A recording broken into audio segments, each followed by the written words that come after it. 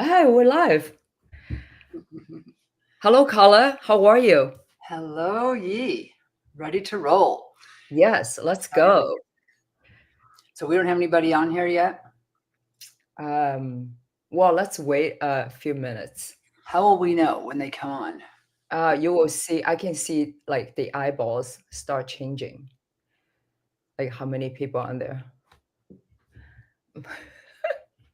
But you know what? We're going live on social media, so there will be people watching once they Okay. saw that post. Yeah. So we should wait. Oh, there's more people coming on now. Nice. We're gonna wait a few more minutes and then we can get started.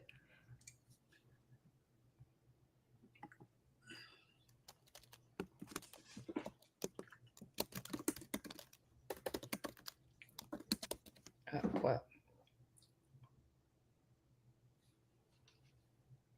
Yeah. Get started now. You got 3 people watching. Oh, okay. Okay. All right. Let's get started.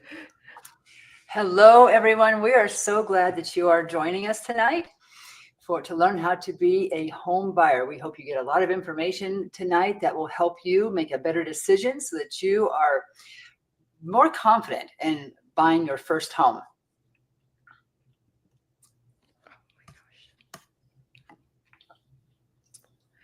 So here's our contact. We're going to show this at the end as well, but this is our contact information. So if you want to take a screenshot of it now, I know it'll probably be more clear at the end of the presentation, but at least you can get a screenshot of this right now, and then we will keep going. Let's go. Let's meet Carla and Yi today. Carla, you want to do a quick intro? So my name is Carla Shryock, and I'm with Gold Group Realty, and I love helping buyers buy their first home and go over all those steps with them because I used to be a teacher, so I love teaching that process, and that's really why I want to do this webinar today. This has been my passion for a long time, is to do a webinar because I feel like I can reach more people that way. And I'm joined by Yi Gong today, and she's going to tell about her background a little bit.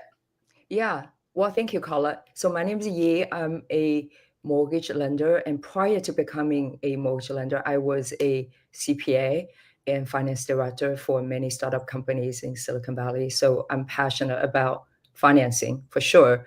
And I also have a passion, just like Carla. I want to help people start owning homes because that's where you can build equity and build your legacy. So what we're going to cover today are the benefits of home ownership, the common reasons people hesitate to purchase a home, the steps to buying a home, understanding the financial basics, and closing day, the most exciting day of it all. And then we'll save some time for questions and answers at the end. Perfect. So this is a really good graphic that shows the difference between owning a home and renting home. So to get like a 3-bedroom, 2-bath in the greater Sacramento area, a good price point for a first-time home buyer is about $450,000. So you would pay approximately $2,850 towards your mortgage payment. That's your mortgage. That would be your monthly mortgage payment. And after 10 years, you would have paid $340,000 on that mortgage, which as the home prices appreciate, historically, that's what they have done. And there have been some crashes here and there, but they continue to go up. The total equity that you would have gained over 10 years is $427,000. So with the appreciation, the money you've put back, that is your nest egg. That's your money. Versus so when you rent that same house, you'd be paying your landlord $2,500 per month towards his mortgage. Or if it's paid off, that's just gravy for him, right? Or for them. Over 10 years, you would have paid $378,000. So even more, because the rents are going to go up at least 5% a year. Typically, some landlords keep it the same for many years, but they can go up legally up to 10% a year. So that total equity you gained over 10 years with a rental is zero. So there is no equity with renting. and you are going to pay rent increase 5%. And in some cases, the land can increase by as much as 10% in California. It's a lot. That's a lot, exactly. Mm. And somebody will ask, how could you be paying 340,000 versus 378? When you own a mortgage, your payment is fixed, That's right. right? That's So, right. yeah.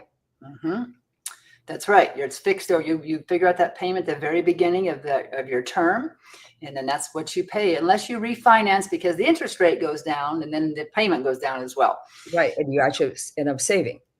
So. That's right. Yeah, good question. So the benefits of homeownership is that you build equity. We talked about that in the last slide. You do get benefits. So your interest, your insurance, your homeowner's insurance, and I believe part of the taxes are tax deductible. So that is really special. You can't do that as a renter. Your payments are stabilized, like we talked about in the last slide. That is your payment for the remainder of the term if you never change anything. It also helps you develop credit, for yourself. You get the freedom from landlords. You don't have to worry about them telling you what you can or cannot do. If you want to plant an orange tree in the backyard, you can do it, and you can stay there long enough to enjoy it. You can build generational wealth. So if you want to pass this home on to some children or a child, you can do that and give them a little something to start their lives out with. Absolutely. Well, here's a good slide. Common reasons, Carla, why people hesitate to buy. Right. A lot of people say, well, I don't have 20% saved for down payment, or my credit isn't perfect. The interest rate is too high right now, and I'm unsure about the market. I'm not ready for the commitment or the responsibilities, and I feel overwhelmed and I don't know where to start. Well, you're in the right place if you're feeling overwhelmed and don't know where to start, because you're going to learn exactly how to start tonight. I want to highlight a couple of these points here. Yee's going to talk about later about how much you actually need for a down payment if you want to own a home, and she'll talk about your credit too. I want to talk about the interest rate for just a minute. It's running about 6.5% to 7%, fluctuating between there right now. When the market crashed in 2008, it was between 5% and 6%. Interest rates have historically been as high as 18%. And I know housing prices were a lot lower back then, but still the same, that also were the wages. So this is really good interest rate right now. And if it ever does go down, you can refinance to lower your payment, save money that way as well. Being unsure about the market, you need to be comfortable with what you're doing. We do not want to twist your arm. You do your due diligence about what the market is doing. And just like right now, we're in the greater Sacramento area, and a lot of markets, we're in a buyer's market. So the buyer has the driver's seat right now, and they can get a lot of concessions from the sellers and get them to pay down their interest rate. They can get them to pay for some closing costs. So it's a really good time right now for buyers to get into the market. Yeah, just to that caller's point, right? Interest rate, historically, even before COVID, during COVID, 2.5, 3%, that was just a fluke. I don't think we'll ever see that. Yeah, we'll ever see that again. They did that to stimulate they did it on purpose to stimulate the economy, because everybody's so depressed. They did something to make everybody happy, and then it got people just super excited, and housing prices went crazy. It didn't really help our market. It really hurt our market too. Right. And people set high expectations thinking, oh, rate's going to drop to 3%. Right. You can keep on dreaming for the rest of your life. I guarantee it. It's not going to happen. Well, it's better to stay stable anyway, because I know a lot of people right now that would like to move out of their home, but they have this 2.5% interest rate, and they don't want to move out because they won't get that same interest rate. They feel trapped. They're not feeling really good right now, where if they've been more of a stable interest rate, more consistent, then they wouldn't feel that way. They'd feel more free to move. Right. And also, Carla mentioned there are strategies out there, right? You can't, because it's a buyer's market. It's been buyer's market since about 2012. Okay, so we are literally in the buyer's market right now, so strong. So you have negotiation power that you never had as a buyer. So with the buyer strategy, 2-1 buy downs, when you can actually reduce your 6.5% to 4.5% for first year, Yeah. You're gonna save tens of thousands of dollars on your mortgage, which a lot of people do not know. So knowledge is key, and working with the right people is also key. Mm-hmm. Yeah. So post in the chat if some of the reasons you've hesitated to purchase a home. If you don't share it. Yeah, I love to see what is the reason why you are not, actively looking or excited about it.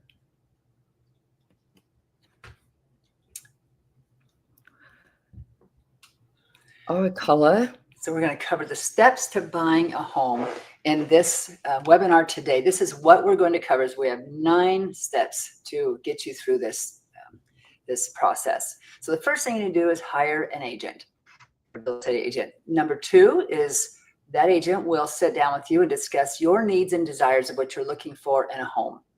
And then number 3, you'll get pre-approved to with the lender to determine your budget and what you want for a monthly payment. And then once you're pre-approved, then your realtor and you can start previewing homes. After you find the home of your choice, you submit an offer. And then once your offer is accepted, escrow begins. And escrow is the title company where they research the title, make sure that it's a clean title, and it gets to be transferred into your name. So we'll complete inspections and appraisal and finalize the loan. And then is the day of the close of escrow, where you get your keys and the home finally becomes yours. The most exciting day for most first-time buyers. Yeah, so Tammy says that's the reason she has waited. And we'll discuss that later, Tammy, and we'll find out if you actually have a credit score that can help you purchase a home. Because you may be surprised. You may be surprised. Yeah, exactly. A lot of people. Tammy. Thank you for coming on, Tammy. I appreciate it. I know you. That's awesome. And then Scott had a comment too about, I don't know what he said about, doesn't want to be cash poor. Is that what he said? Oh, don't want to be cash poor. Right. We're going to cover that as well. Because we don't want you to be trapped in the home and not enjoying it. So step 1 is hire your real estate agent. So I recommend that you interview about 2 to 3 if you want. I mean, I don't want to say, oh, just pick one. You need to find one that fits you, your personality, your beliefs, one that you feel comfortable with. You want to find one that's going to communicate with you, that you feel is really on your side for you in this transaction. You need to find one that will know your market, or at least is willing to dig into it, and not just that will be communicating with you about that. So you can ask your friends, you can look at Google reviews and find some of the best in your area. But you just want to make sure you don't want to find somebody that's too busy. There are some that are too busy. You also want to know if they're the ones going to be working with you. There are some very, very busy realtors that have a team, and they may be the initial person that meets with you, and then they have a team that meets with you afterwards, and you never hear from them again. So and then they may not be like the person that you liked in the first place. So you want to ask them all those things. Will it be you that's going to be working with me throughout the whole transaction, or will it be people on your team? So just some good questions to ask, but I just want you to know that. Then what I need to tell you about is the new law went into effect last August from the National Association of Realtors. So what happened is a seller sued our association, our national association, saying that they didn't think there was seller's responsibility anymore to pay for the buyer's agent's commission. So far, that always came out of the seller's proceeds. It was just an automatic thing. It wasn't a law. It was a negotiable part, but that's just what happened. So after that, since then, we now have to have, we've always had to have buyers sign a buyer's representation agreement with the agent, but we never did it until after we went into we made an offer on a home. That's when we did it. Now we have to do it before we can even show you a home, or we get a big fine if we don't. And you can choose exclusive, which is 90 days if you feel comfortable with the agent, or you can choose non-exclusive if you're not sure if you know how this agent's going to work. And that can be a one-day showing or one day of showings. It can be. But as a listing agent and a buyer's agent, we are telling our sellers, and I don't know any other realtors doing anything differently than what I'm doing. We're still telling them, please pay the buyer's agent's commission. If you don't, you're going to reduce your pool of buyers significantly because most buyers cannot afford to pay their agent's commission. Additionally, it's always been built into the price of the home, and it's the buyer's funds that are paying for the home. The buyer, the seller doesn't have any funds to pay anybody, not even get his funds. So what we do now, so you don't have to pay. You do have to sign a page saying you will pay my commission, but this is how we're working through that. Mm-hmm. On the purchase agreement, I put on there, so when you make an offer on a home, I write on, there's a space on there that says that the seller will pay the buyer. I put in that space the percentage of what that's going to be. If the seller accepts our offer, they've accepted the whole offer, including paying my commission. If they counter offer and say, we like your offer, except we don't want to pay the buyer's agent's commission, then we do not accept the counter offer and we move on. So far, I've never seen a seller since this law went into effect that says that counter offered that or countered that. Never. Always they counter other things, but they've never countered the commission. So that's something that they might counter the commission to be lower, something like that. But I've never seen them say, I don't want to pay it at all. So it's not something that we have to worry about. You'll never pay my commission. It's just that form that says you have to is a actual more of a formality because of this new law than anything else. Okay, got that boring business out of the way, but very important. Extremely important. Yeah, nothing to worry about. It's just one way for you to get around this law, unfortunately. And it's ethical because I don't do anything that's unethical. So it's just the way we have to do what we're going to do. Okay, step number 2 is we're going to sit down. As if I was your agent, I would be having a meeting with you, like at a coffee shop, restaurant, library, someplace, park, where you feel comfortable. And we're going to discuss your needs and desires. We go over 3 things. Where do you want to buy your home? What's the location? If it's the city, let's say Sacramento, well, what neighborhood do you want to live in? Oak Park, South Park. Then we're going to discuss your budget. What do you feel comfortable with your monthly payment being? That it can't be no more than this. And then what is the criteria you're looking for? Do you want it to be in a rural environment? Do you want it to be a 3-bedroom, 2-bath? Do you want it to be a 1/4 acre or a small lot? Do you want it to be, cactus yard, versus lawn? You get your 2-story versus story swimming pool. I mean, the sky's the limit of what your criteria. But if you've been thinking about buying a house, that's why you're on this call. Then you have an idea of what you're looking for in a house, and we're just going to go through that when we sit down together. Step 3, the most exciting part.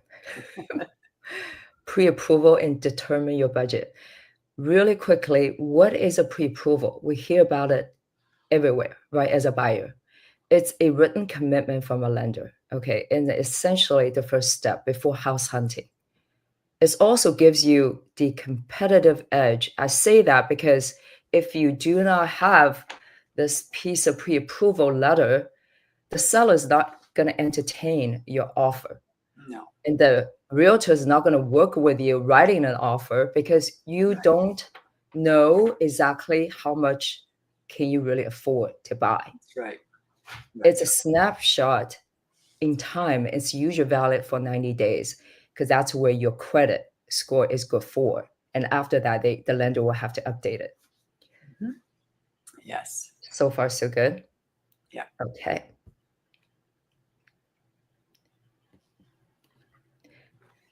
So preparing for pre-approval. So basically, the lender needs to look at your income, your assets. So what you need is make sure to have 30 days of pay stubs to verify your 30 days of income. 2 years of W-2s and 2 months of bank statements. The bank account where the closing funds or the down payment is going to come from. If you are self-employed, like independent contractor, 1099s, we will need 2 years of tax returns and 2 years of 1099. Okay. Get a copy of your driver license and put all this. I usually recommend my borrowers create a Google Drive, a folder that says home purchase, where you have your financials, your tax returns, and your other documents, for example, your driver license. This way, it's easy for you to update that folder and be able to upload when your lender requires. So it's just very easy to get organized, right?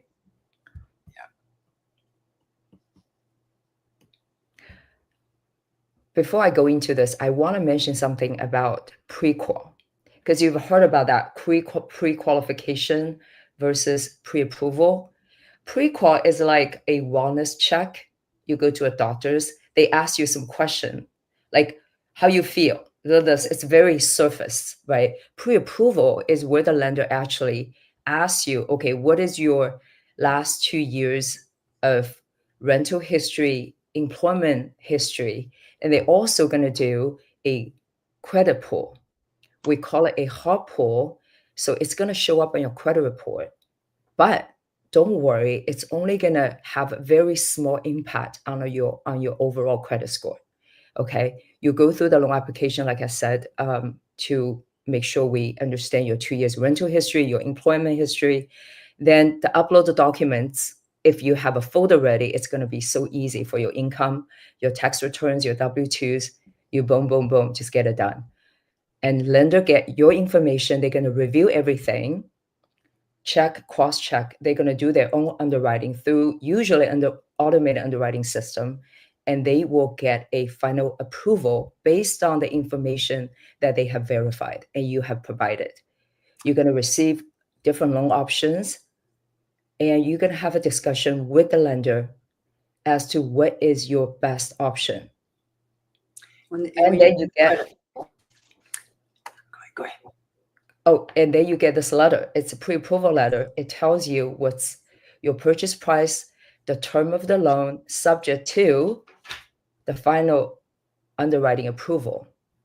And subject to, there's no other changes between the approval and the final closing of the loan, which I'm going to get into in the next slide. Carla, you have a question. Yeah, the credit pull that she said it affects your credit slightly, 5 points, and it goes back up in about 30 days. Yeah, so, exactly. So it's nothing to worry about. If you don't do a credit pull, you know, I will consider that's a pre-qual, and it's not as solid, right? Called a soft pull. If it's it's more like a qualification. Something happens, you want to just do more official.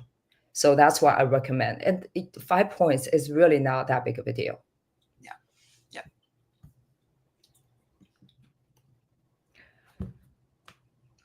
Somebody was mentioning about not being house poor. That's exactly the point.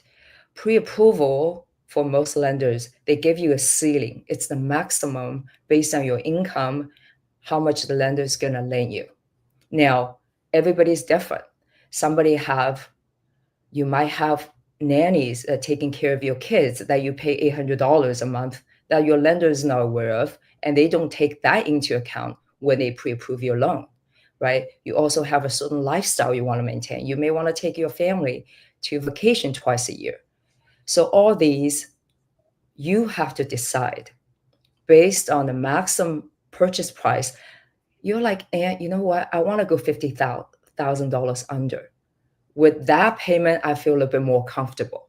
So pre-approval versus affordability is your choice. And you want to be affordable and not being house poor. That's exactly the exercise you need to go through with your lender and with yourself.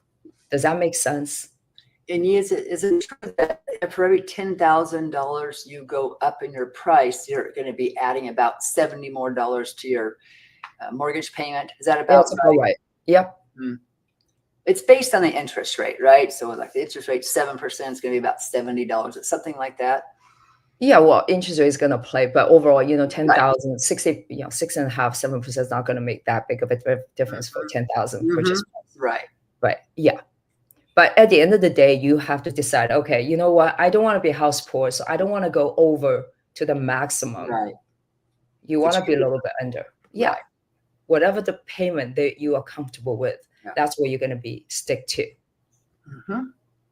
And also, you got a budget for ongoing repairs and maintenance. I'm going to touch a little bit on that as well, because when you own a home, there will be costs associated with owning a home.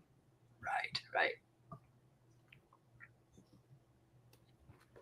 This is very, very important. What not to do after you have been pre-approved. And I have happened this to one of my buyers who got pre-approved. We're in the loan process. He went and bought a BMW with a monthly payment of $1,100. No joking. we end up have to pull that because we couldn't do it. $1,100 is a huge impact to the overall purchase price. Yeah. It blew up the whole debt to income ratio. Okay, so do not go out there, celebrate, and buy that car you have been dreamt about for quite some time. Just don't do it. Don't do anything. Until you get the house, until the keys are in your hand. Yeah. Exactly. Go Keys buy in your what you hand, want. go splurge. I don't care. But yeah. and Once or you're go out. This is another interesting thing is people see this credit card offering 18 months interest free, balance transfer 0%, right? Yeah. People get excited. I'm going to take that offer. Don't, because as soon as you do that, the lender, the bank is going to run a credit on your credit report, is going to ding it by at least 15 points. Wow. Just for that beautiful offer, you might lose your home. So don't do that. Yeah. Making large and explained bank deposits, that's not smart either. We don't want the lenders to ask you questions. They've already verified your bank statements. Everything is good. We don't need to go and put 20,000 into that bank. All of a sudden now we have to trace this. Or quit or changing jobs. People are like, well, but I got this great job offer. Lenders love stability, especially within this 30-day or 60, 90-day period. You can't wait until, like Carla says, the keys in your hand. Then you can go do whatever you want to do. Listen to your lender. Yeah.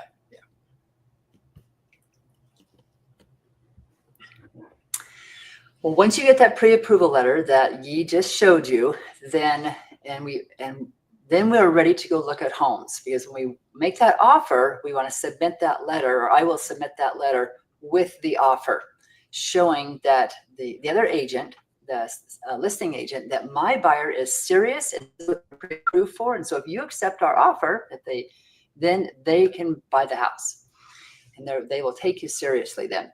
So when we go look at homes, I say, what I usually do is I hook my buyers up to a home search. So it's an automated home search from my MLS. So that criteria that I took down, I took notes on them in our first meeting of what you're looking for, what your budget is, the location, and the criteria. I plug that into the MLS, and I do an automated search that you will get houses as they come on the market daily that fits that criteria. Let's say your house, you want to look for a house, was $450,000. Well, I will probably put it down to $400,000 all the way to $500,000. And that way, any home that comes up in that price range, you will get, along with, I'll put the beds and bath that you wanted in there as well. And I can put in the size of the lot. If you want a half an acre or an acre or something like that, I can put it in as well. And then when we go out to look at homes, you might want to search on the internet yourself. I mean, a lot of people like to do that. I mean, my thing is just kind of like a spoon-fed daily thing, but you might want to look at homes yourself on Zillow or Realtor.com. That's fine. But then you'll tell me which homes you want to look for, and we'll make a list, and we'll go out and look at those homes. And I always say use a 1 to 5 star rating system. So how does this home compare compared to your dream home that you are out there looking for? And I will keep notes. I have a little notepad that I keep track of, because my buyers are pretty excited. They are just really emotional, husband and wife. I mean, they're just like really into this. And I am coming at it from, I'm not emotionally involved in the process. I'm excited for you, but not in the home itself. So I can be more objective about it. And then when we go to the next home, then I will say, now, how does this home compare to the first home? And then we do that with the whole process. And then I will send you those notes, because I take notes about what you liked about it. I like the big lot here. I love the kitchen here. I like the large bedrooms here. I like the storage in this house, so I'll take notes on each home as you're looking at it, and then I'll send you those notes. You can sleep on it. If you think one of those homes works, we can submit an offer. If not, we would just keep looking. It's usually not the first day that you find the home of your choice. It usually takes a that, but we never know, but we want to be prepared. How do you say to those people? Because I know people love to look at homes on Zillow Realtor and they get distracted, right? They get distracted easily. Right. And so because I'm not emotionally involved, then I like to, like somebody says, I love this house, Carla. What do you think about it? And they'll send it to me and I'll say, it's a 2-story. You said you didn't want any stairs. You wanted 1 story. So it's my job to kind of keep my buyers on track. I mean, if they are adamant about, okay, well, I don't really care if it's 2-story. You never told me that in the beginning. You told me in the beginning that you didn't want a 2-story. Then okay, but my job is to keep you on track so that you don't get distracted. And if you change your criteria, then we can change the criteria. Right. Because buyers get distracted easily. And thank God you have a realtor who just keep you on track. So. Yeah. You want an acre of property, but you didn't want a sloped lot. You want it going straight downhill. So, you want to, so I help keep that first meeting in your mind about what we talked about. And if we want to adjust our criteria, we can always do that. Right. Perfect. So some things we want to think about when we're evaluating a home. These are key things to check before making an offer. And that is the condition of the major systems, such as the roof. I always ask the age of the roof, the age of the HVAC system, heating and air, and then, with the plumbing, maybe the plumbing material was made out of, and the electrical, how old is the electrical? So the HVAC, they usually have about a 25-year lifespan. So if you buy a home that has an HVAC that's 25 years old, you're going to replace that in about a year or two. And it's going to be about $10,000. The roof it depends. It can be $15,000 to $25,000. So if you're buying a house that has an end-of-life roof, then that would be another expense coming up. So you want to figure out what you can live with. If you love this home and you're fine replacing those things as they come up, then we can do that. We can also ask for a seller credit, and they can just give us the credit up to the price of the closing cost. So that will give you a little extra money in your pocket to put into these systems if possible, if you need to. Also, when we're looking at things, we want to determine the location compared to where you work or go to school if you're in school. So what is your commute time to these places? Mm-hmm. We want to look at the school ratings if your children are in school, and that's an issue. We want to look at that, and crime rates, and then the neighborhood feel. So the best way to get the feel of the neighborhood, drive through it, of course, see how the yards are. Are the yards nicely kept? Or is there parked cars and all over the driveway and in front of the house and the yard or things like that? You can knock on doors. You can say, what do you like about living in this neighborhood? And I have had buyers do that. And the neighbors will tell you the truth. So that's a good way to find the neighborhood. About school ratings, they call it a school grade. I can't tell you what the school ratings are or the crime rates in certain areas. I'm not allowed to do that, but I can tell you websites to do that. It's like areavibes.com for both of those, school ratings and crime rates. But it's just kind of a general grade or rate. I recommend that you Google a crime rate map for that city, and then you can hone in on the neighborhood you're thinking about looking at. And a lot of these are like dark blue or dark purple if it's high crime, and then white if there's no crime, and then it might be like light lavender or light blue if it's like very little crime. So that's a good way to find out what the crime rate is in the neighborhood that you're thinking of moving to. And then we also want to know what the HOA fees are and the rules that go with that. So an HOA fee stands for Homeowners Association. And that is when they tell you what color you can paint your house. If you see a landscaper mowing all the little strips of grass on the other side of the sidewalk in front of your house, that's an HOA. Those people are paying monthly fees to have that service done. Some of them cover the interior of the home, and some of them cover like a recreation hall with a pool table, a foosball table, a swimming pool. You just never know. A park, like a nearby park, but for children. So you just want to find out. And the HOA fees are always online. They'll tell you right there when they're telling you the price of the house and square footage, if there are any HOA fees or not. And then the day comes to find your perfect home. Aren't these homes beautiful? Yeah, right. Great photos. Yep. Yeah, certainly not the starter homes, but Right. that's where you can dream, aspire to buy. You That's got to right. start somewhere. Yeah. So when you find that perfect home, we're going to submit an offer as quickly as possible, along with that pre-approval letter. And we will negotiate any terms that we might need to. So I always tell my buyers, submit as clean of an offer as possible. You want to make it a winner and make it super easy for the listing agent or for the seller. They want to make it as short of a close as possible. 30-day closes are a thing of the past, actually. There are people that can close in 14 or 21 days. There are lenders that can do that. And if they can do that and you can get your inspections done in that period of time, which is very doable, then you're going to beat out somebody. The seller wants their money as soon as possible, usually. So you'll beat out the guy that says, I'll close in 30 days. So we want to make it as sweet as possible. Now, you can waive inspections. I don't recommend it, but that's something that you can opt out to do if you want. If you have plenty of money and you don't want to have to do any inspections, you can do that.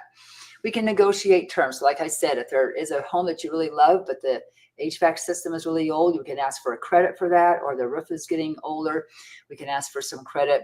If after the inspections have been done, for credit for things that came up in the inspection period of time that that the seller should have been responsible for. So in that home. And then once our offer is accepted, then escrow, we open escrow is what it's called. So that's at the title company. That's what they do their research on that title of the home to make sure that it is clean, that it is in the person's name that's actually selling it, that there's no encumbrances on it, which means from maybe some work they had done in the house and never paid the bill. Maybe they didn't pay their taxes, and so there'll be a lien on it, and for the taxes to be paid, something like that. So they get all that together, and then they also the third neutral party. They're not on either the buyer side or the seller side. They are very neutral, and they just help bring the deal together. They're the ones that hold the funds.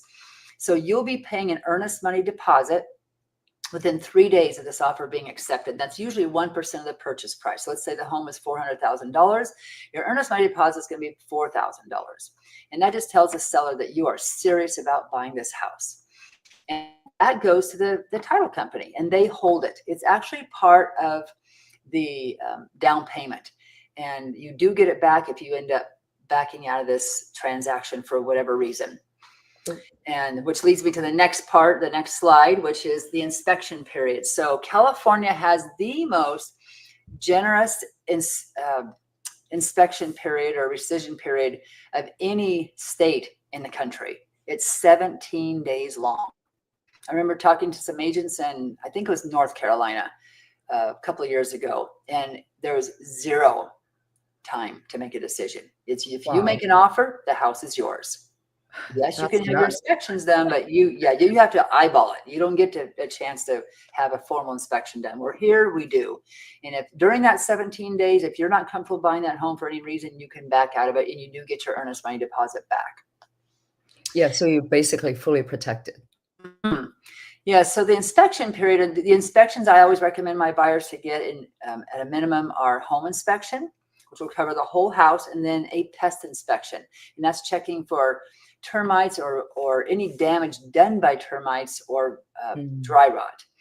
And then they will come up with, they give a very comprehensive report that includes photos and the pricing of what it's going to cost to get the house up to par if there's any issues.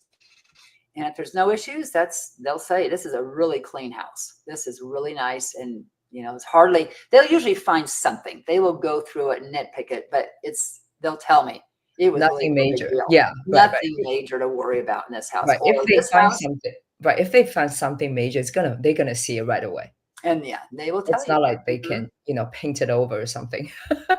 Right. So dry rot issues, you're gonna see it. Yeah. But there's also a roof inspector. There's a mold inspector, which I recommend if you live on the coast or buying a home on the coast. There's septic inspections. There's sewer inspectors. So there's a lot of inspections you can get, but at a minimum, home inspection, pest inspection. Right. That's what I recommend. All right, we're getting very close to the final steps. So write down your questions. If you have any questions, jot them down so that we can answer them at the end, but we are getting to the end of the presentation here. Step A, finalize the loan. You are almost there.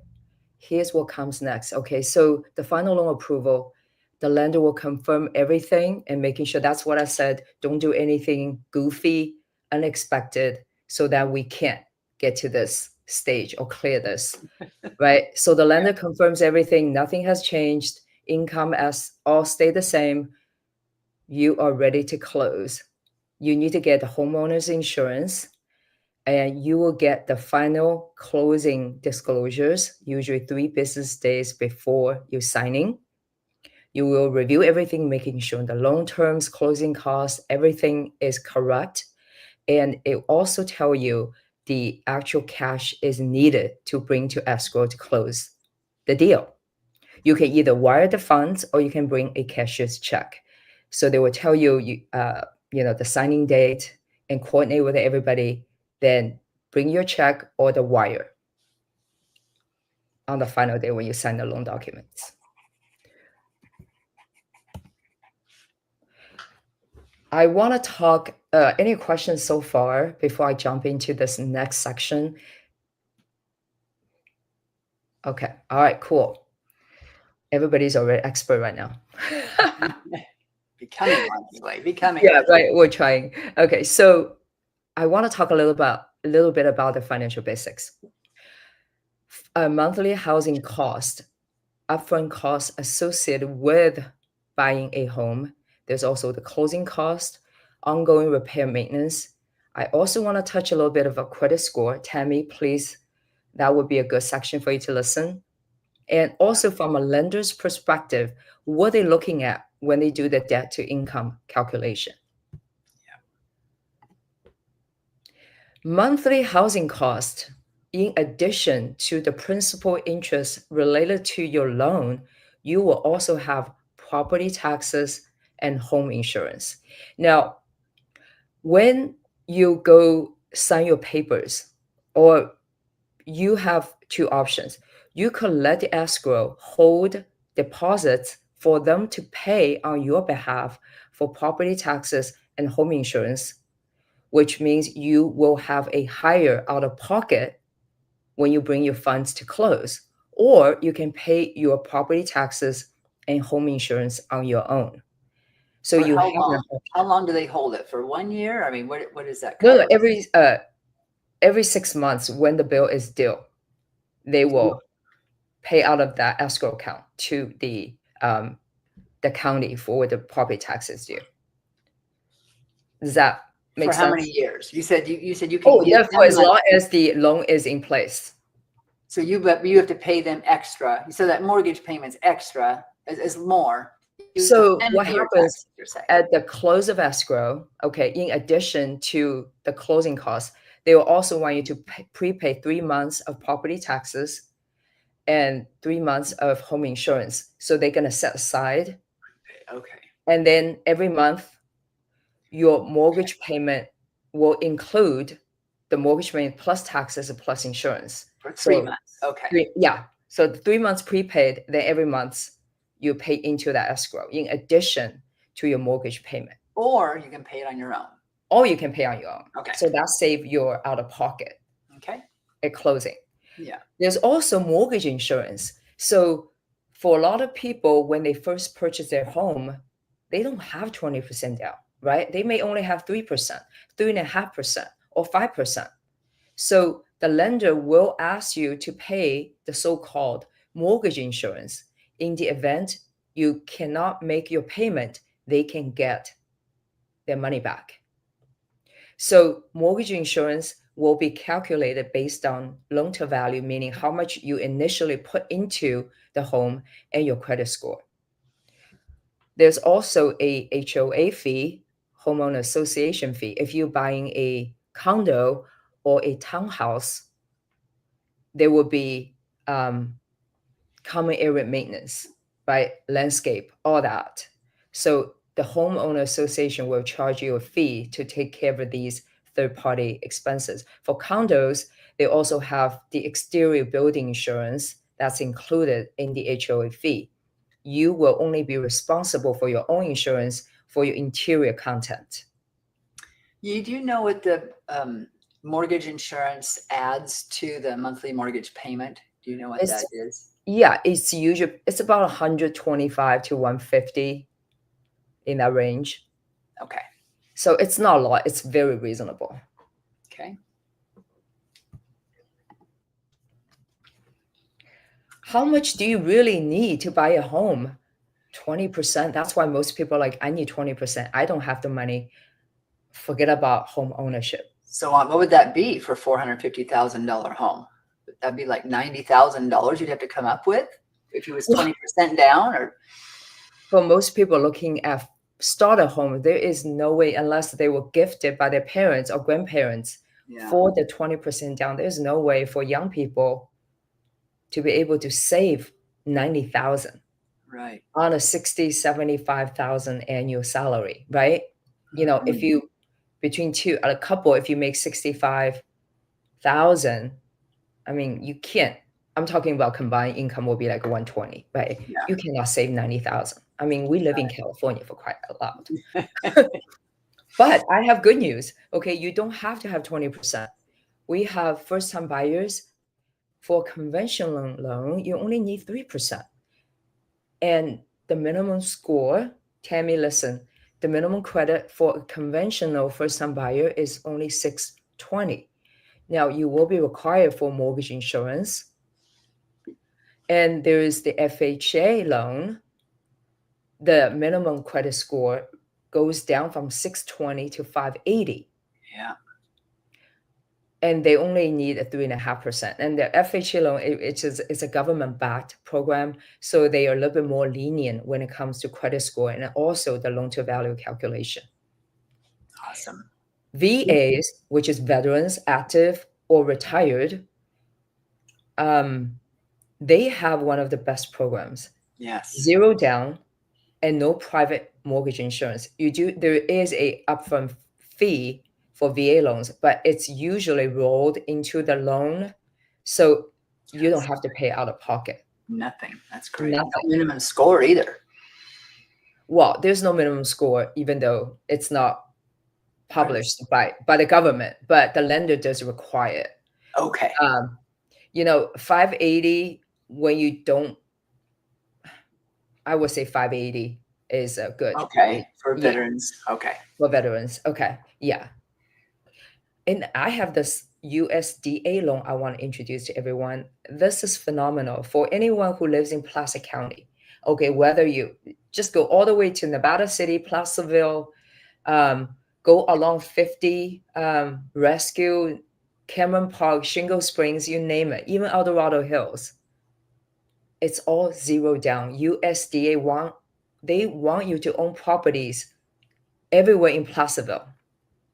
Is that crazy? Amazing. Yeah. And if you don't live in Placer County, what the USDA loan is about is just a little more rural. It doesn't have to be like way out in the boonies, but it just has to be a little more rural than like dense city life.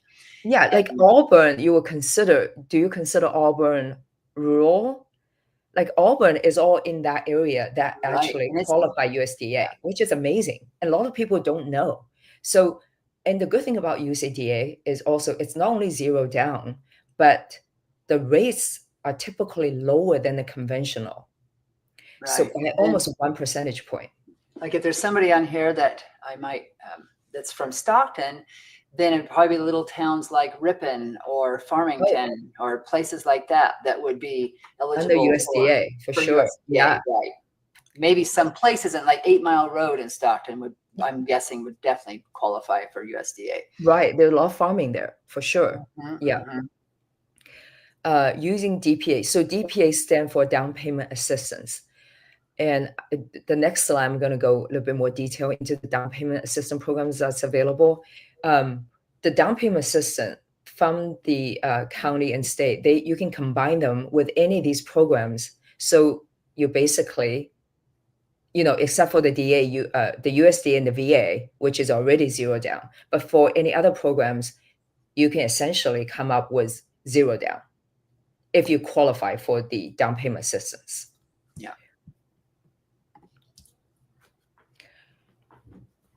So the down payment assistance programs that are currently available in California, the CalHoffa My Home Assistance Program, it offers 3 to 3.5% of the purchase price.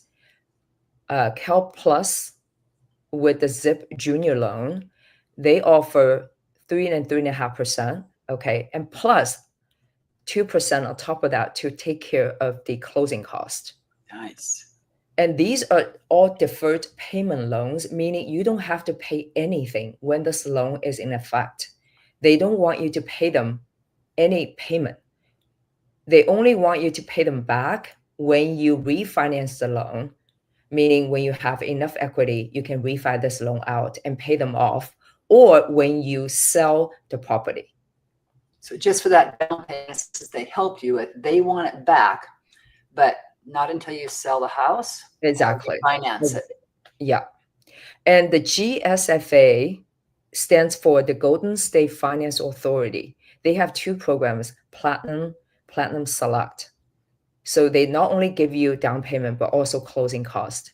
And the great thing about it is for the people who are members of the GSFA, you don't have to be first-time buyers. Okay. Those are like So nurses, first the nurses, responders. firefighters, police officers, and I'm pretty sure all the Placer County are part of the GSFA. I think Sacramento County is not, though. Interesting. Which is interesting. Yeah. But for anybody else who is first-time buyers, you don't have to be a member. You can, as long as your income qualify, you can go to this program. So it's very, very cool. A lot of people just don't know about it. So anyone, if need help with that, reach out to me and I'll send you the detailed programs. Okay. Grants and tax credit, all right, mortgage credit certification. It's essentially gives you 20% of the mortgage interest that you paid as a deduction or a credit towards your income tax liability, or $2,000, whichever is less. So, Cool. and this stays in effect for the whole term of the loan. So if you qualify, you have this loan in place for 30 years, you could potentially save between $50,000 to $60,000 on taxes. Yeah, that's a lot of money, right? There's also a grant called the Pathway to Homeownership. They offer $10,000 closing cost assistance. If it's a grant, which means you don't have to pay it back. It's great, but at the same time, a lot of people are looking for that type of grant. So it's first come, first serve. My last time when I checked just a couple of weeks ago, they are already waitlisted for 2026. So you might be out of luck on that one. But there are a lot of other programs that are not available, though. Yeah. Right. Closing cost, we need to budget about 2 to 3% of the purchase price. That would cover the lender fees, title escrow, insurance taxes related to the prepaids for the escrow account I mentioned, or you can waive it. And there's also moving costs, depending on how far you're moving to your new home, budget $1,000 to $3,000. There's ongoing repair and maintenance costs related to your home that you probably don't have when you're a renter. And the rule of thumb is usually 1 to 2% of the home value. Correct, Carla? That you set aside? Should be in a savings account, right, in case something comes up. And I also want to say something about the closing costs. So when she's mentioning about the down payment, like you can get in with 0 down payment, that's talking about towards the mortgage, but this closing cost is separate, like she just mentioned, and she's got on the slide here too, what that covers. And that's paid on, at closing. However, so on a $400,000 home, it's going to be about $8,000 is going to be your closing costs. So that sounds like a lot of money to somebody. We can ask the seller to cover the closing costs or part of them. That's Right. especially if you're in a market where the buyer's in the driver's seat right now. So if that's the case and that seller's having a really hard time selling that home, he may be just happy to cover your closing costs just so he can get that house sold Right. and get out from under it. So Yeah, and all of a sometimes they're sudden real motivated. right, and then all of a sudden you have very little out of pocket to actually own a home. I always Yeah. tell people, if you've been paying rent consistently, all right, for the last 2 years, and if you have a very stable job, you should really be looking into how I can get from renter to homeowner. And so I I think get I into just covered that, what yeah, Scott is, but yeah, that's we call it a concession, but that's really what it is. It's the seller credit towards closing costs, and we can write that. We can write that in the offer, and if they accept it, then we have our closing costs because they may be really motivated to get out from underneath that house. yeah. Oh, one other thing I do want to mention, Carla, you can jump in for the repair maintenance. I don't know if we said about the home warranty insurance. Oh, the homeowner, yeah. Yeah. So when you buy a home, on our offer as well, we ask that the seller pays for 1 year of home warranty, of a home warranty. And so that will cover, you can add to it. There's a basic plan and there's a more advanced plan. If you want to add to it, it's only about $500 a year, and it might be about $800 for the more advanced plan. But if anything did go wrong, let's say the HVAC system went out, there is a deductible on most things. On smaller things, there's not, but it's not covering the whole thing at all. So you just pay that little deductible, and then they cover the rest on that home warranty. So if anything goes wrong in that first year, and like I said, you can even add a second year to it if you want. But we always, in my offer, I always ask the seller pays for that first year home warranty. Yeah. So you don't have to worry about the major, destruction of the air conditioning or whatever. Plumbing Because or you garbage just disposal breaks yeah, or whatever. Yeah. the home warranty will cover it, at least Thank most you of for it. bringing that. Yeah. All right, Tammy, credit score. Well, you heard what the low credit score is, so Yeah. it's pretty. So pretty yeah, a lot of people, they, in their past, they might have when we were young, we were careless. Nobody tell us the things that we should have avoided. So something slipped through and we made a mistake, and then sitting on a credit for 7 years or whatever that might be, right? It's a little blimp, and then then you don't want to think about it. You're like, my credit is terrible, because you only remember that one incident, and it's probably few years back. Okay. The impact on your credit score is probably long gone, but you still think about it. That's just how we are. We always remember our mistakes, right? So before you even really judge or thinking my credit is bad, I want you to go to annualcreditreport.com and really get a personal credit report. I want you to go through everything on that credit report, from your name, your address. I have had buyers in the past, when they realize there's somebody who has a first name, last name, same name, but a different middle name, got messed up with her score, and, she ended up paying for it, right? But she didn't have perfect credit, but Yeah.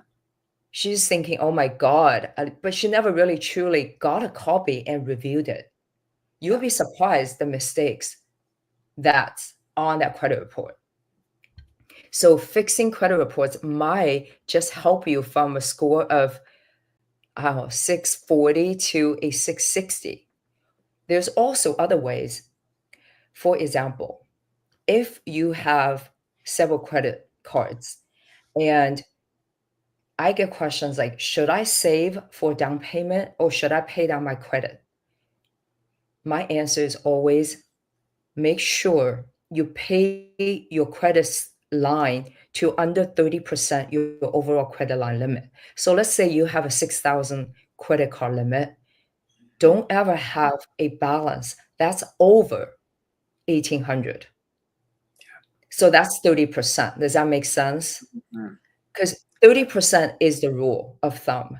That's gonna increase your score, like what I meant is impact your score drastically when you have 30% or more credit utilization.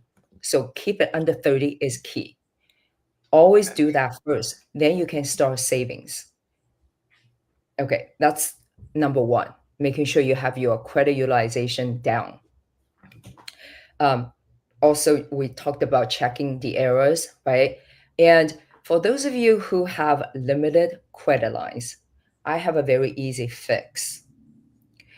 If you have a significant spouse, okay, significant partner, ask them to add you as a authorized user. And you can increase your credit score so fast within, I would say, about 60-day period. Wow. You'll be absolutely amazed. That's another easy way fix. Okay. So two places I want to mention. It's called optoutprescreen.com and donotcall.gov. Go register in these two places. When you pull a annual credit report, that's free for yourself. Unfortunately, these people will still sell your information. So you don't want to be bombarded when people calling you for some credit card offers or anything. Yeah. So make sure you go there and register your phone number. It might take 2 weeks. You know, all these governments are slow, but that's just how that goes. I hope, Tammy, does that answer your question? If you have, questions, just type in. I can answer. Good? All right. Debt to income ratio calculation. This is how the lenders calculate your debt to income. So what's included in the debt to income ratio calculation? On the left side, your estimated new mortgage payment, right? Your property tax insurance, your mortgage insurance, and HOAs, and the minimum credit card payment. So if you have a credit card balance of $1,800 on your Visa, there is a minimum monthly payment on there. They only use that amount to calculate your monthly debt to income ratio. You might be paying like $2,000 to clear that balance, but that is not what they use. They use the monthly minimum payment. There's also the auto loans, the lease payments, student loans, and personal loans. Anything that's recurring, they're going to use that for their debt to income ratio calculation. Now, what's not included? Utility bills, cell phone plans, subscriptions to Netflix, Spotify, your medical payments, and of course, your monthly maintenance. So what does your debt to income ratio need to be? Can you explain that, what you're talking about? I know they're including this or not including this, but what do you need that So, on the national average, you'll hear it's 36% debt to income ratio, okay? But in California, you'll never be able to afford a home at 36%. Unfortunately. So for the lenders to pre-approve you in California, you can go up to 50%. But that doesn't mean you want to go that high. But for a lot of lenders, they approve it 50%. And for VAs, it's even crazy. I've seen it at 55% for VA So your loans. debt can be 50% of your income, is what you're saying. Yeah, your gross income. To buy a home. Okay. Yeah. Okay. Your gross income. Okay. Your gross income. Yeah, and it says that. Okay. Thank you for clarifying that, E. Mm-hmm.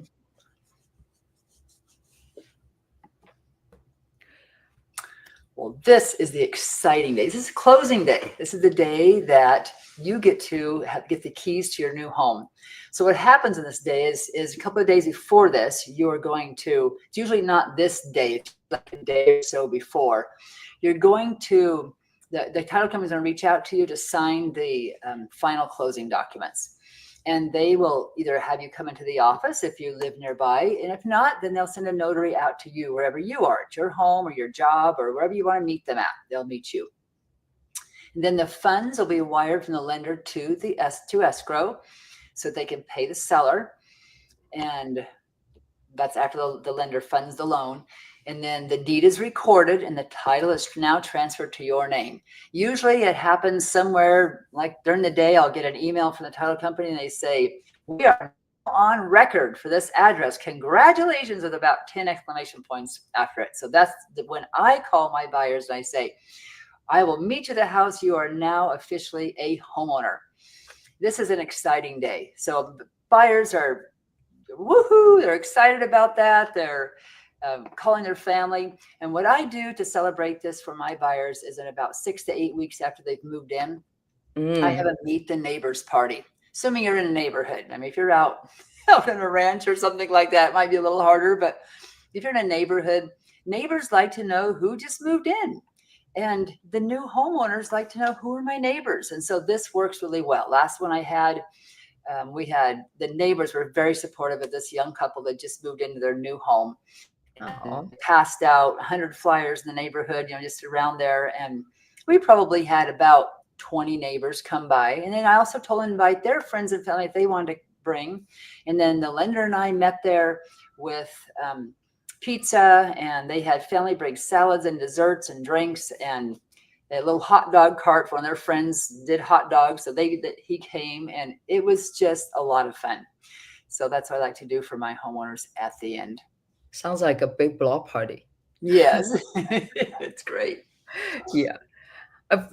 I mean, I'm sure, Carla, that's a great story there. And with so many happy homeowners, I mean, the joy, you can't even explain. It's like you reached a milestone in your life, Mm-hmm. And I guarantee you things change from that point forward. Yeah. A lot of people don't realize homeowners have 40% more net wealth than renters. Yeah. Because once you start building equity, and then people move up, right? The first home is not going to be your last home. Mm-hmm. And then they grow families, they have great memories. So it's phenomenal. That's why I have a passion. Carla has a passion for it. Right. We just want to help people. Yeah. So the next step is, if you don't have anybody in mind, we would love to have the opportunity to meet with you, and either by phone call or a Zoom call or in person, and set up that one-on-one buyer strategy session and create your custom home buying plan. And then move you on to Yi, where you can get pre-approved and see how much house are you able to afford to buy. And we're going to pull up another slide, our information on here in just a minute. But we want to let you know that we do have some resources for you. We do have some PDF guides that if you'd like to look at home buying a little closer and you want it on paper, that we can do that. We can send that to you. And then we have mortgagecalculator.org if you want to kind of try to figure out how much your initial payment we're going to be. You can do that, but that's you really need to. I think the lender is the easiest place to get that information. Yeah. So And can you pull up our slide with our information one more time? Just there we go. If you want to get a screenshot of that or write that down, that's a good way to contact us. You can text us or call us or email us, and we are both very responsive. We're right on it, and want to be here for you if you need any help. And if you have somebody else in mind, well, now you have some good information so that you can move forward with confidence and just be educated. That's really what we want to do. That's really what we want to do. Yeah, we want to really educate you, give you an overall, step-by-step process. It's not huge. It's overwhelming. Yeah, we don't want to overwhelm you, because then you're like, oh my God, I can't do this, right? Mm-hmm. You can. With the right partner, you can do this. And I usually have I call it the dreams and goals session with the buyer, where you talk about what do you want to achieve, right? Mm-hmm. It's the same thing with Carla. Then we can look at where your financials are at right now. Yeah. And don't worry, I'm not going to judge you. Like, we are here. I'm your advocate. Yeah. I want you to get from A to B. Mm-hmm. And in order to do that, we have to look at your financials, your credit score. If you're not there, we'll have a plan to get you there. Right. So we're going to open the floor up for questions. Anybody have any questions they would like to ask us while we're here? Scott said, "Can I get a seller concession for closing costs?" Yeah, I think we already touched that. We talked about Yes. that. Yeah. Can you help me get my credit better? Yeah, and you Uh, did talk we about talk that. about that a little bit too. Yeah. So if you have limited credit line, how do you do that? And make sure most important thing is just making sure you do have a copy of your credit to start with. You got to know where the starting point is. Make your payments on time, Your payments on time, yeah. And if you want specifics, just reach out to me because everybody's information is different. That's where my first initial call with you or face to face is very important, so we know what the baseline is. Yes, and you can help with that, right? You can Yeah, help absolutely. look Yeah, at their credit report or whatever and help them figure out have to figure out how where to those places are. fix it. Yeah, yeah, Yeah. absolutely. Okay. Well, we want to thank you all for coming. We appreciate you being here and hope you got some good information. And again, if you have any questions or want to reach out to us, here's our contact information. And we really hope you have a good evening. Thank you so much, Carla. I enjoyed the last an hour, 11 minutes. Yeah. All right. Thank you again and have a good Thank you, night. guys. Yeah, we'll see you soon. Take care. Bye-bye. Bye.